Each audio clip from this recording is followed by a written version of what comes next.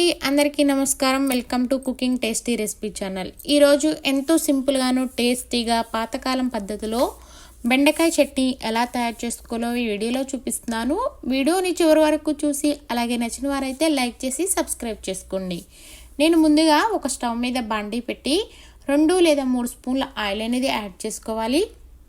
అలాగే ఇవి చిన్న మిరపకాయలు కాబట్టి ఒక 20 పైన యాడ్ చేశానండి. అవే కారం ఎక్కువ ఉన్న మిరపకాయలు అయితే చూసి యాడ్ చేసుకోండి.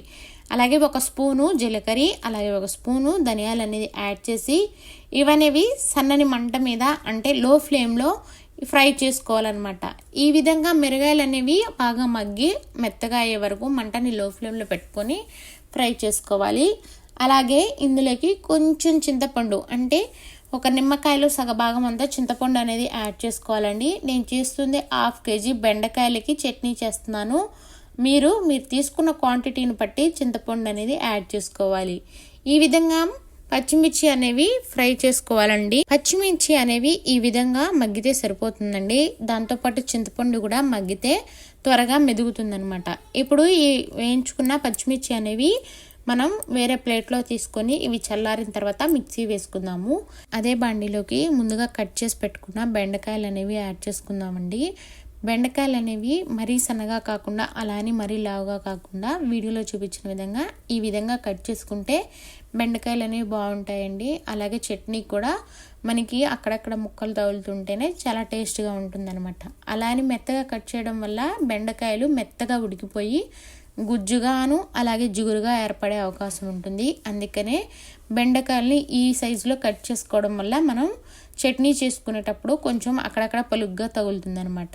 ఇలా కట్ చేసుకున్న బెండకాయల్ని ఒక 2 స్పూన్లు ఆయిల్ యాడ్ చేసుకోండి. లేదంటే ఆ బాండీలో ఉన్న ఆయిల్తోనే బెండకాయ ముక్కలు అనేవి మంటని మీడియం ఫ్లేమ్లో పెట్టుకొని మూత పెట్టి ఒక 15 నిమిషాలు లో ఫ్లేమ్లో మగ్గించుకోవాలండి. మధ్య మధ్యలో మూత తీసి ఈ విధంగా కలుపుతూ మీడియం ఫ్లేమ్లో పెట్టుకొని బెండకాయ ముక్కల్ని ఫ్రై చేసుకోవాలన్నమాట. ఫ్రై అంటే మరీ మెత్తగా అయిపోయేంత ఫ్రై కాదు, అలా అని పచ్చి వాసన పోయి బెండకాయ ముక్కలు కొంచెం మెత్తగా అయ్యే వరకు ఫ్రై చేసుకుంటే సరిపోతుందండి. చూసారు కదా, ఈ విధంగా ఉడకాలి. ఇలా ఉడికితే మనకి బెండకాయ చట్నీకి పర్ఫెక్ట్ అనమాట. అలాగే ఎటువంటి జిగురు ఉండదు, అలాగే పచ్చి వాసన అనేది కూడా ఉండదనమాట.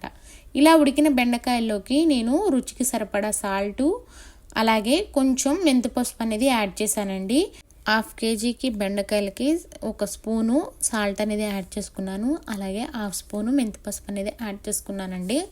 మీరు మీ రుచికి సరిపడా సాల్ట్ అలాగే మెంతిపసుపు కూడా యాడ్ చేయడం వల్ల బెండకాయ చట్నీ అనేది ఫ్లేవర్ చాలా బాగుంటుంది. అలాగే ఇష్టం లేని వారు స్కిప్ చేసుకోవచ్చు అనమాట. ఈ విధంగా బెండకాయల్ని మరొకసారి కలుపుకొని ఉప్పు యాడ్ చేసిన తర్వాత 2 నిమిషాలు ఉడికిస్తే పర్ఫెక్ట్గా ఉడికిపోతాయండి.